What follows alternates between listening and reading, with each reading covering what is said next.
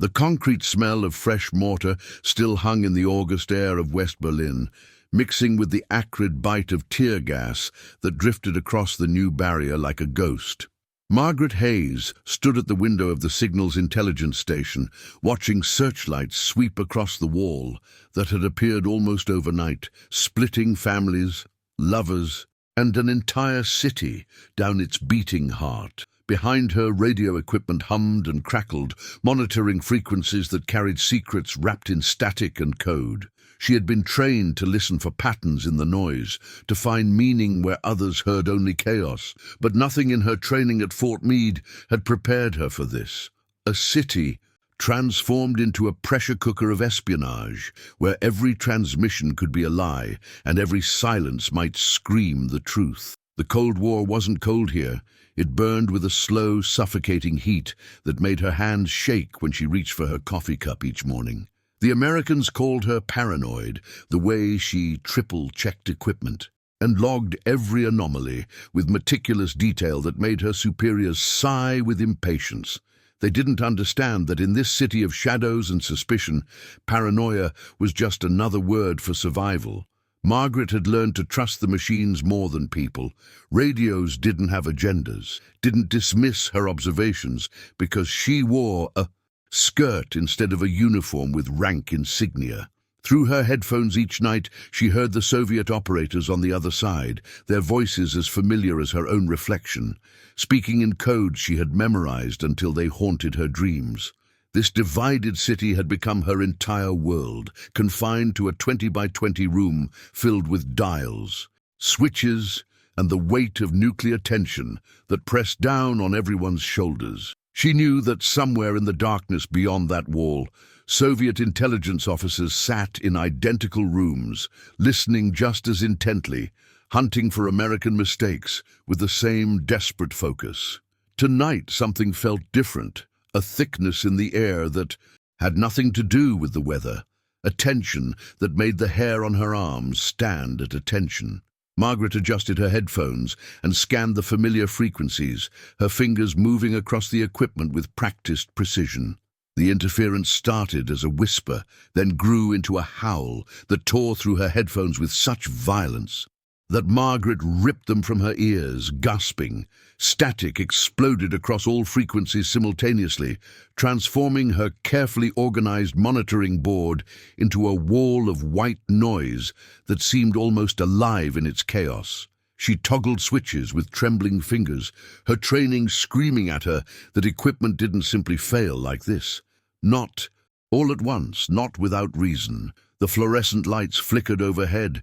as if the disturbance had infected the very electricity flowing through the building's veins. Outside her reinforced window, the wall stood silent and indifferent, its guards pacing their routes with rifles slung across their backs, unaware that something fundamental had just broken in the invisible war that raged through radio waves. Margaret's throat tightened as she reached for the manual diagnostic checklist, her mind already running through possibilities that ranged from Soviet jamming operations to sabotage within their own facility. 20 minutes of frantic testing led her to the rooftop access ladder, where November wind cut through her cardigan like a knife made of ice and political tension. The antenna array stretched before her like a metallic forest, cables running between towers that reached toward clouds, heavy with the promise of early snow. She found it near the eastern-facing dish, a clean, severed wire hanging limp against the concrete,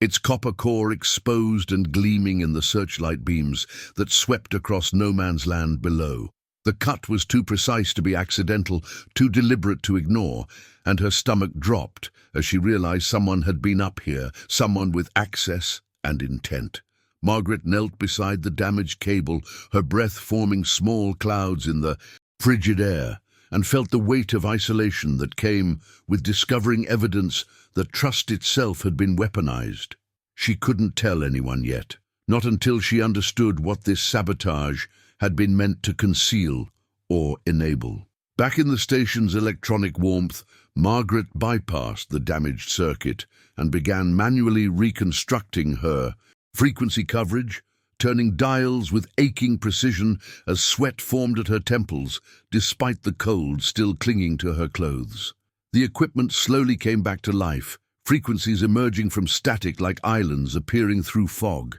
each one carrying fragments of conversations in Russian, German, and coded bursts that painted pictures of the night's clandestine activities. Her pen moved across the logbook in steady strokes, documenting signal strengths and transmission patterns, when a new voice cut through a restricted Soviet military channel that should have been silent at this hour. The words were encrypted, but the urgency in the operator's tone transcended language. In barriers, this was no routine communication, no scheduled check-in between bored soldiers, counting hours until their shifts ended. Margaret's hand froze above the frequency dial as her trained ear caught coordinates being transmitted in a numerical code she had memorized during countless briefings in windowless rooms back in Maryland. The phrase, "A harvest moon," emerged twice from the encrypted conversation, spoken with the kind of reverence reserved for operation names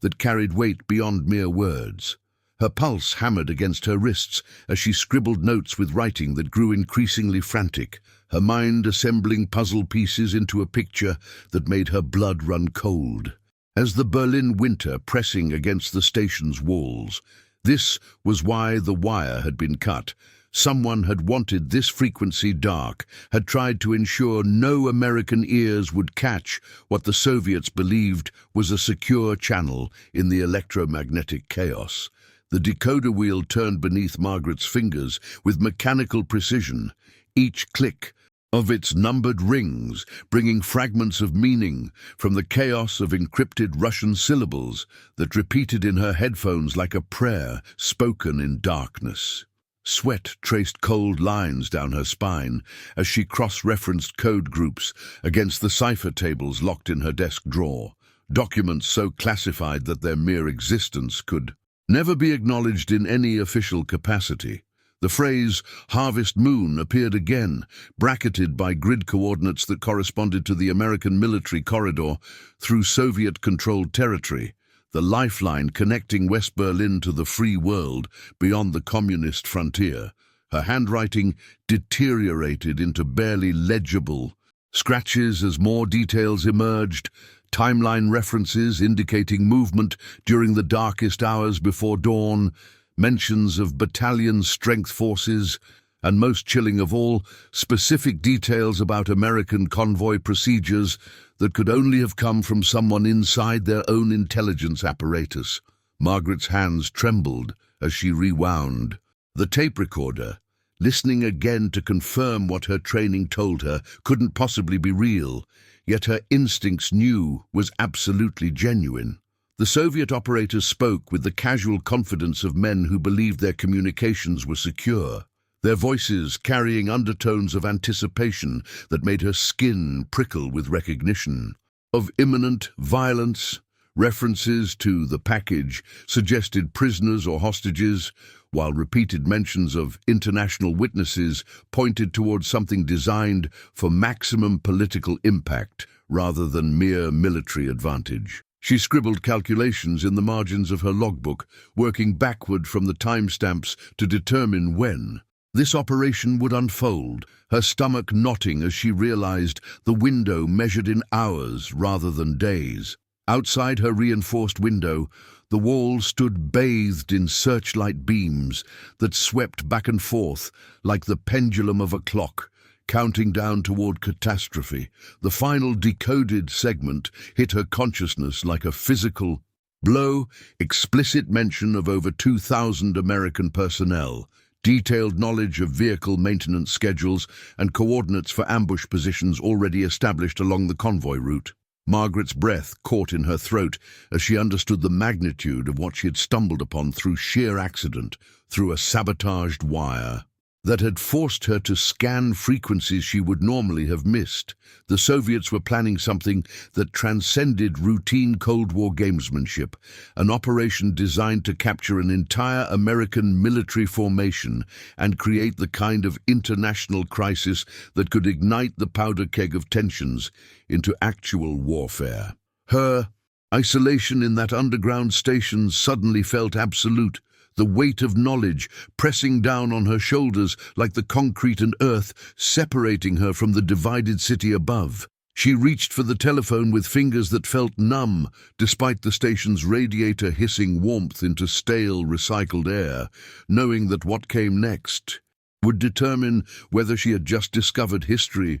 or merely paranoid shadows in the static. The dial tone hummed in her ear like a question waiting to be answered, while on her desk the decoded transcripts lay scattered like evidence of a crime not yet committed. Margaret's reflection stared back at her from the darkened window glass, a young woman whose voice would need to carry authority she wasn't sure she possessed, whose warnings would challenge men who had spent decades learning to distrust everything. She began dialing headquarters, her mind rehearsing words that might convince skeptics that the impossible was not only possible, but already in motion beneath the cold November sky of a city where walls divided more than just geography. The duty officer's expression shifted from mild irritation to barely concealed condescension the moment Margaret finished her briefing, his fingers drumming against the desk blotter in a rhythm that spoke of impatience rather than alarm. Colonel Bradford's office smelled of burnt coffee and cigarette smoke, the air thick with the masculine certainty of men who had spent the entire Cold War learning to measure threats through layers of protocol and institutional skepticism. He lifted the decoded transcripts with 2 fingers, as though handling contaminated material, his eyes scanning her handwriting with the kind of dismissive speed that indicated judgment had already been rendered before evidence could be properly weighed. The wall clock behind him marked each passing second with metallic clicks that sounded to Margaret like ammunition being loaded into chambers she couldn't see, while outside, the reinforced windows, Berlin's darkness pressed against glass that separated decision-makers from consequences. Bradford set down her transcripts and leaned back in his chair with a sigh that conveyed exhaustion with junior officers who couldn't distinguish pattern from paranoia, his voice carrying the weary patience of a teacher addressing a particularly slow student. He explained that Soviet radio traffic always intensified during American convoy schedules, that encrypted chatter about operations was standard procedure, designed specifically to waste American intelligence resources, chasing phantom threats that never materialized into actual crises. Margaret felt heat rising in her cheeks as he continued, suggesting that equipment malfunctions often created artifacts in signal processing that inexperienced analysts might mistake for genuine intercepts, his words wrapped in professional courtesy that barely concealed an underlying assumption about female intuition misinterpreting technical data. She tried interrupting with specifics about the insider knowledge revealed in the transmission, but Bradford raised one hand in a gesture that simultaneously requested silence and granted permission for her to be wrong without facing formal consequences. The colonel's final assessment landed like a door closing on a conversation that had never truly been opened. He would note her concerns in the evening report, but saw no justification for disrupting operational schedules based on what most likely represented either sophisticated Soviet disinformation or simple radio interference magnified by an overactive imagination. Margaret stood frozen in that overheated office while Bradford returned his attention to other paperwork, the dismissal so complete it didn't require words. Her warnings reduced to bureaucratic footnotes that would never reach anyone with actual authority to respond. She gathered her transcripts with hands that shook not from fear, but from rage at institutional blindness, at the realization that gender and rank had transformed genuine intelligence into dismissible anxiety before evidence could be properly evaluated. Walking back through headquarters corridors that suddenly felt like mazes designed to lose rather than channel information, Margaret understood that official channels had just closed against the only warning these soldiers would receive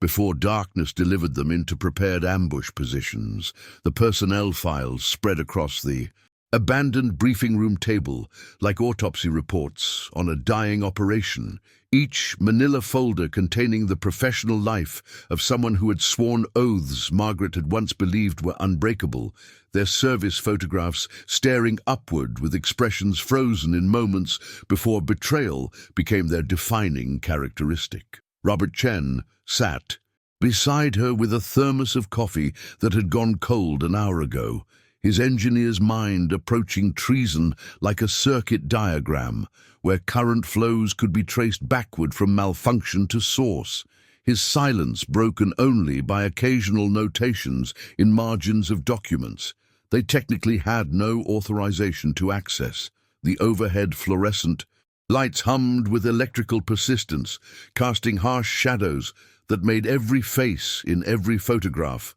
look potentially guilty. While outside these walls, 2,000 American soldiers prepared equipment for a journey that would deliver them into catastrophe unless two junior analysts could accomplish what their superiors refused to attempt. Margaret's eyes burned from cigarette smoke and exhaustion, but she forced herself to examine each transfer order, each duty assignment, each coincidental presence at moments when classified information had moved through vulnerable channels toward enemy hands. The pattern emerged slowly, like invisible ink responding to heat, connections forming. Between seemingly unrelated administrative actions that had occurred over 18 months of careful preparation, each Soviet agent positioned at a critical junction where information flowed without attracting counterintelligence scrutiny. Captain Ernst Weber in communications logistics had authorized equipment requisitions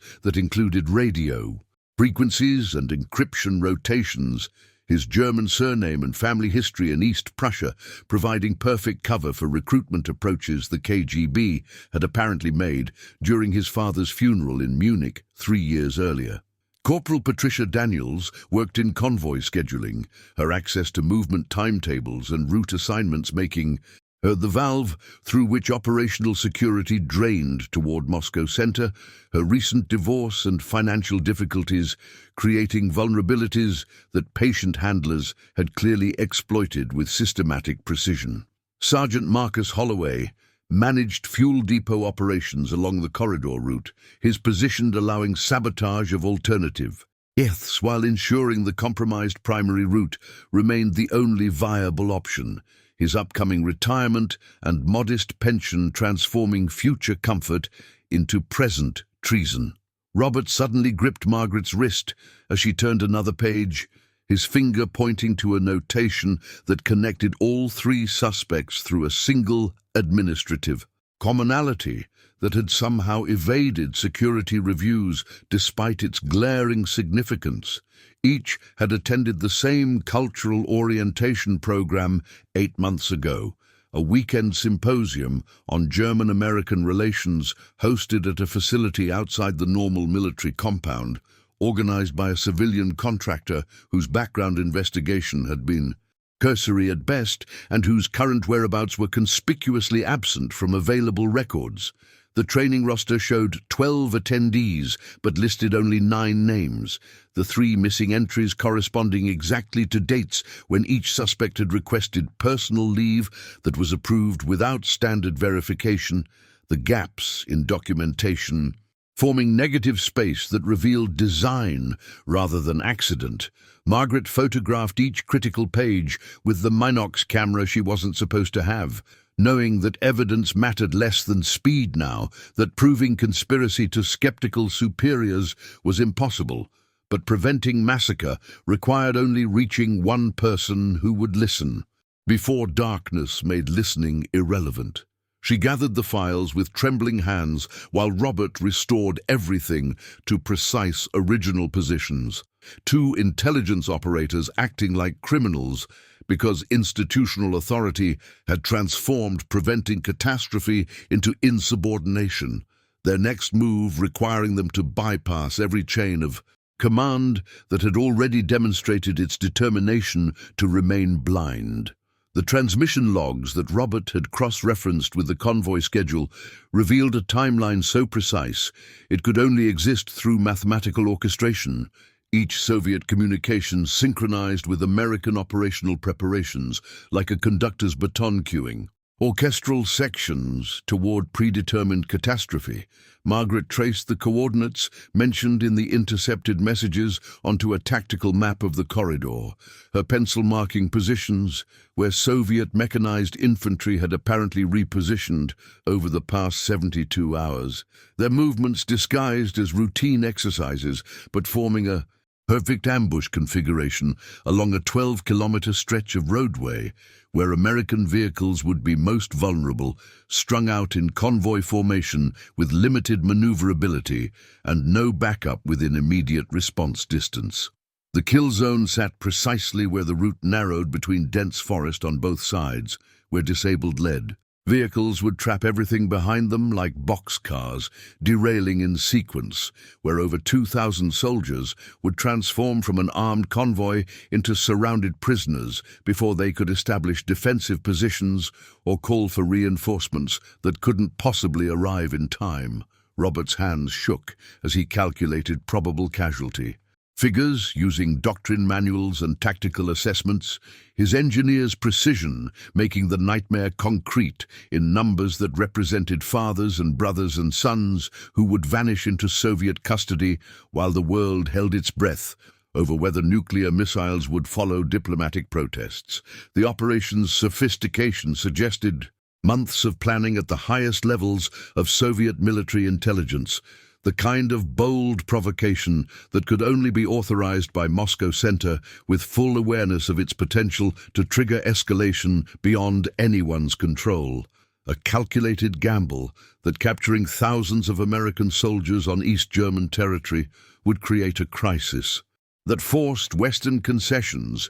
or revealed Allied weakness that could be exploited across the entire European theater. Margaret understood with sickening clarity that Operation Harvest Moon wasn't simply about intelligence gathering or tactical advantage, but about testing whether the United States would risk global war to recover its captured personnel, whether Berlin was worth dying for or merely another city to be abandoned when the stakes became unbearable. The wall clock's minute hand moved with mechanical indifference while Margaret gathered her evidence into a folder that felt simultaneously weightless and heavy as plutonium, every document representing proof that would either save thousands or mark her as the hysterical woman who cried wolf while men made real decisions about real security. She caught her reflection in the briefing room window and barely recognized the face staring back, exhausted and desperate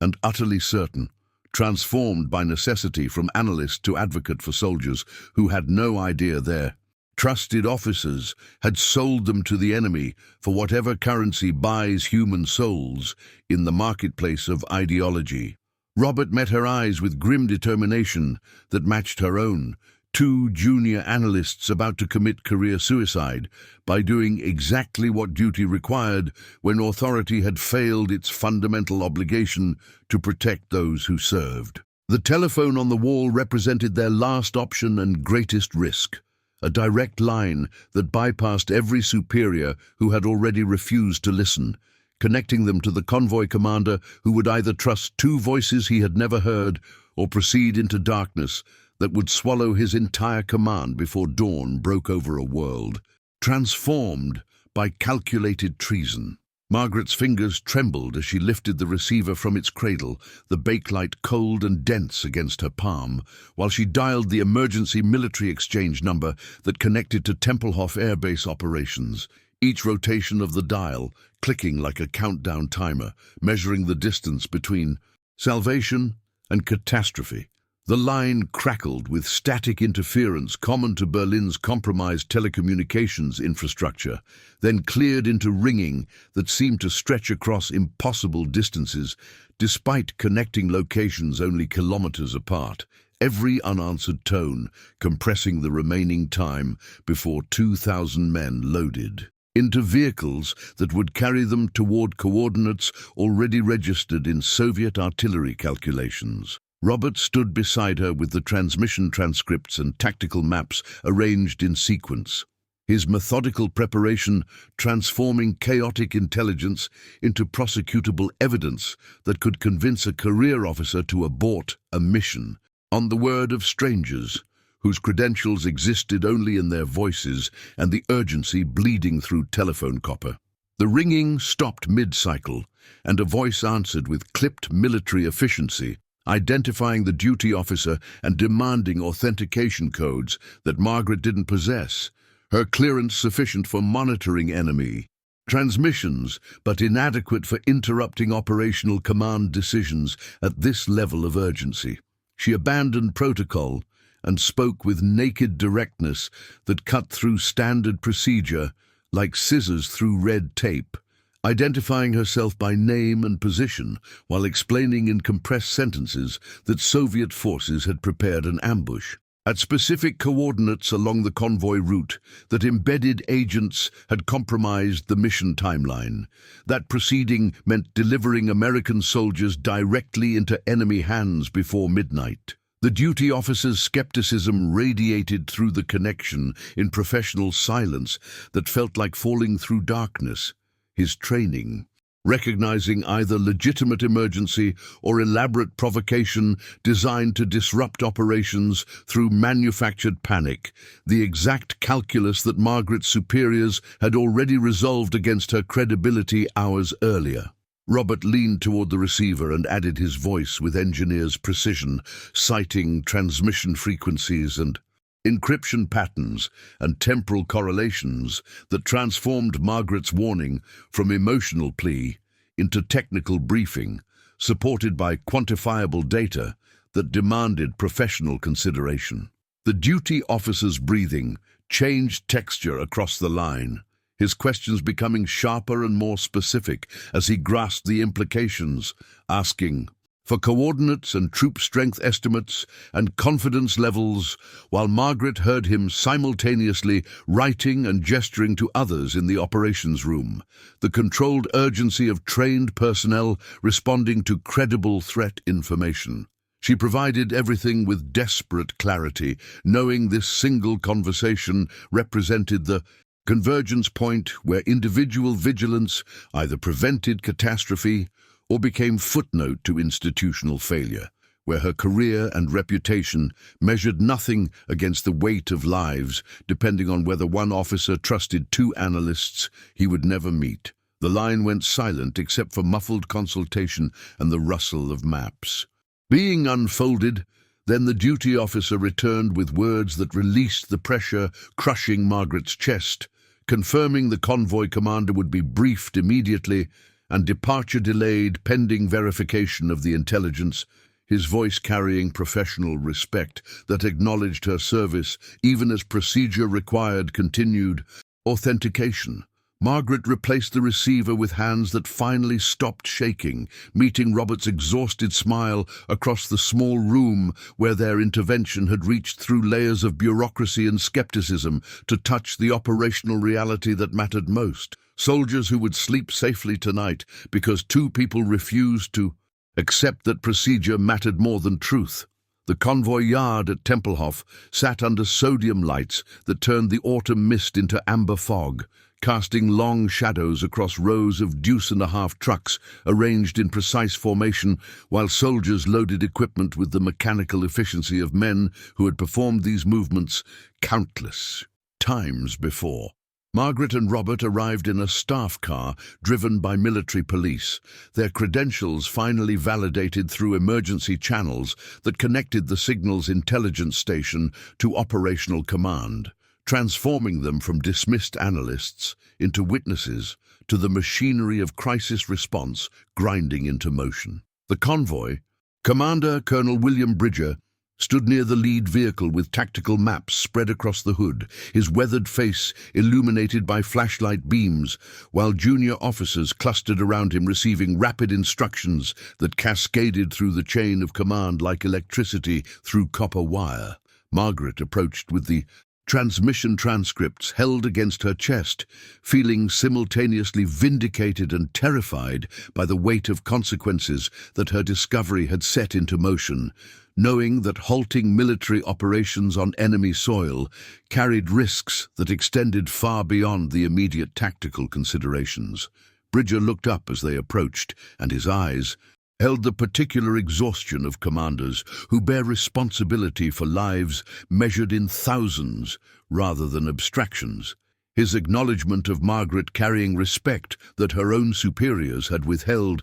throughout the endless afternoon. He gestured them closer to the map, where red pencil marks traced the original route through. Soviet-controlled territory and blue annotations indicated the alternative corridor that would add hours to the journey, but circumvent the coordinates Margaret had intercepted from encrypted transmissions. The colonel asked questions with surgical precision, probing the reliability of her intelligence and the methodology of her analysis. His professional skepticism, seeking not to dismiss, but to understand the foundation upon which he was basing decisions that would echo through diplomatic channels and classified briefings for months ahead. Margaret answered with the confidence born from knowing she was absolutely certain, describing the transmission patterns and encryption, irregularities, and the devastating specificity of coordinates that matched suspected Soviet staging areas identified through previous reconnaissance, her voice steady despite knowing that careers and international incidents balanced on the credibility of her conclusions. Around them, the convoy yard transformed as orders rippled outward. Soldiers, redirecting loading operations, and quartermasters, calculating fuel requirements for the extended route, while communications officers established alternative checkpoint protocols with West German border stations. Margaret watched military police vehicles departing at speed toward the Berlin Brigade headquarters, where 3 Soviet agents sat at their posts, unaware that their network had been penetrated, that arrest teams were converging through the cold night with warrants and evidence that would strip away their American identities to reveal the handlers and training and ideological commitments beneath. The juxtaposition struck her with cinematic force, the prevented ambush and the closing trap representing 2 halves of the same counterintelligence victory, the defensive and offensive operations synchronized through her single act of refusing to accept that malfunctioning equipment meant anything less than opportunity for vigilance to matter. Bridger rolled the maps with deliberate care and extended his hand toward Margaret, his grip firm and brief, the gesture containing acknowledgement that transcended the institutional barriers that had nearly prevented this moment from occurring at all, then returned to his command post where 2,000 men waited for orders that would carry them safely home, because one analyst recognized that broken wires sometimes reveal more than functioning systems ever could. The interrogation room in the basement of Clay Compound existed in a realm beyond ordinary time, its concrete walls painted institutional green and illuminated by fluorescent tubes that hummed with electrical persistence, creating an atmosphere of clinical detachment where truth was extracted through patience rather than coercion. Captain Daniel Walsh sat across the metal table with his hands folded calmly before him, his uniform still crisp despite the hours since military police had escorted him from the communications office where he had worked for 3 years while feeding operational secrets to Soviet handlers through encrypted transmissions and dead drops scattered across divided Berlin. Margaret watched through one-way glass as the interrogator, a CIA officer named Peterson, whose quiet intensity suggested decades of such conversations, methodically dismantled the psychological defenses that had sustained Walsh's double life, his questions probing the recruitment, timeline and operational protocols with the precision of a surgeon mapping arterial systems. The captain's face held neither defiance nor remorse, but rather the exhausted resignation of a man whose ideological commitments had collided with the mechanics of capture, his confession unfolding not as dramatic revelation, but as bureaucratic inventory of compromised intelligence and endangered lives. Walsh described his recruitment during a cultural exchange program in Moscow 5 years earlier, when KGB operatives had exploited his disillusionment with American foreign policy and his academic fascination with Marxist theory, transforming intellectual sympathy into operational betrayal through careful cultivation that involved romantic entanglement and manufactured financial pressure. He detailed the tradecraft they had taught him in safe houses outside Leningrad, the encryption methods and recognition signals and emergency protocols that would sustain his cover, while he ascended through military intelligence ranks into positions of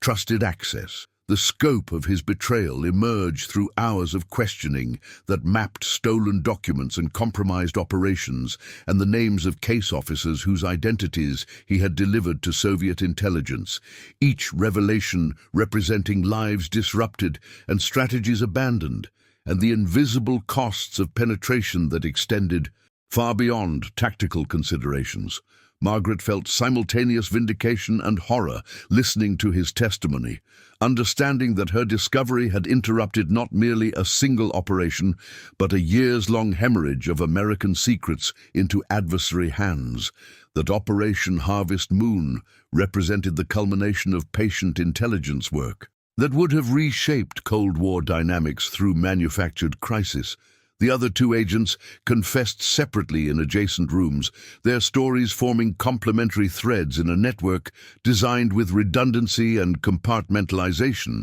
that reflected sophisticated Soviet operational planning rather than opportunistic recruitment. Walsh explained that the convoy ambush was intended to create an international incident that would pressure Western powers toward Berlin concessions, while demonstrating Soviet capability to strike American forces with precision intelligence. The captured soldiers becoming diplomatic leverage in negotiations that had stalled since the wall's construction, divided the city into opposing realities. His handlers had promised extraction to Moscow and recognition as heroes of socialist struggle, the fantasy sustaining his commitment even as the conspiracy tightened toward execution, never anticipating that malfunctioning equipment and one analyst's persistence would unravel everything they had built. Through years of careful deception,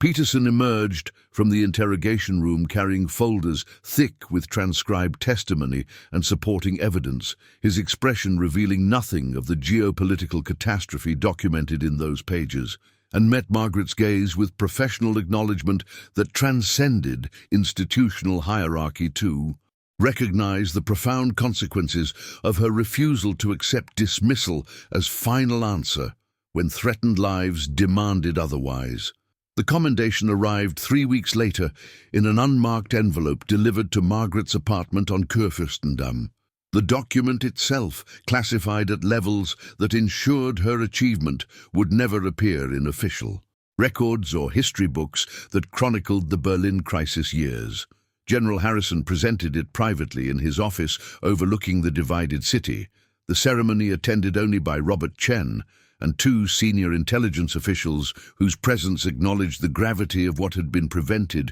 through her vigilance during that October night, when malfunctioning equipment became the instrument of salvation rather than operational failure. The typewritten citation praised her analytical skill and independent judgment without mentioning specific details that remained sealed in vaults where Cold War secrets accumulated like sedimentary layers of concealed truth, her name joining countless others whose contributions to preventing nuclear catastrophe would remain anonymous until archival release decades hence, if ever. Margaret accepted the recognition with quiet satisfaction that transcended institutional validation, understanding that her reward was measured not in medals or promotions, but in the 2,000 soldiers who boarded transport planes and returned to families who would never know how close October 1961 had come to becoming a date-marking